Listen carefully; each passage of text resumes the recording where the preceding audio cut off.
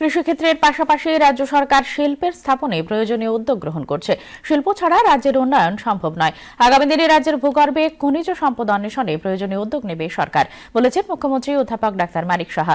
আজ টিআইএফটি এর কনফারেন্স হলে ত্রিপুরার শিল্পোন্নয়নের কৌশলগত পদ্ধতি এবং রাজ্যের শিল্প প্রবৃদ্ধিকে অনুঘটক করার জন্য অনুষ্ঠিত হয় আলোচনা চক্র।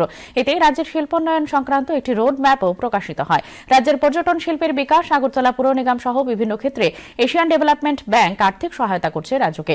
উত্তর পূর্বাঞ্চলে এডিবি এর পক্ষে যে উন্নয়ন কাজ চলছে তার একটি বইও প্রকাশ করা হয়। অনুষ্ঠানে অন্যদের মধ্যে ছিলেন শিল্প ও বাণিজ্য মন্ত্রী শান্তনা চাকমা, টিআইডিসি এর চেয়ারম্যান নবাদল বণিক, এডিবি এর কান্ট্রি ডিরেক্টর মিও ওকা, শিল্প ও বাণিজ্য সচিব কিরণ গিত্তে প্রমুখ। যেটা আছে এর মধ্যে কৃষি ক্ষেত্রের থেকে বেশি আসে, তো আমরা চাই যে যাতে ইন্ডাস্ট্রিকেও ডেভেলপ করি, কারণ আমাদের এখানে র মেটেরিয়ালসের একটু আপনারা জানেন অন্যান্য যে মেইন ল্যান্ডের সাথে আমাদের সমস্যাটা হচ্ছে এখানে র মেটেরিয়ালস আমাদের এখানে কম।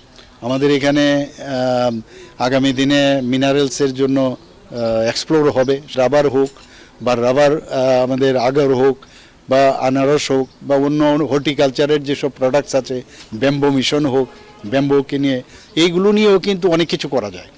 21টা রাজ্যের মধ্যে আজকে ভারতের, সেখানে দেখা গেছে ত্রিপুরা এডিবি লোন নেওয়ার ক্ষেত্রে এডিবি যে খাতায় ত্রিপুরা কিন্তু একটা বিশেষ জায়গায় আছে এখানে।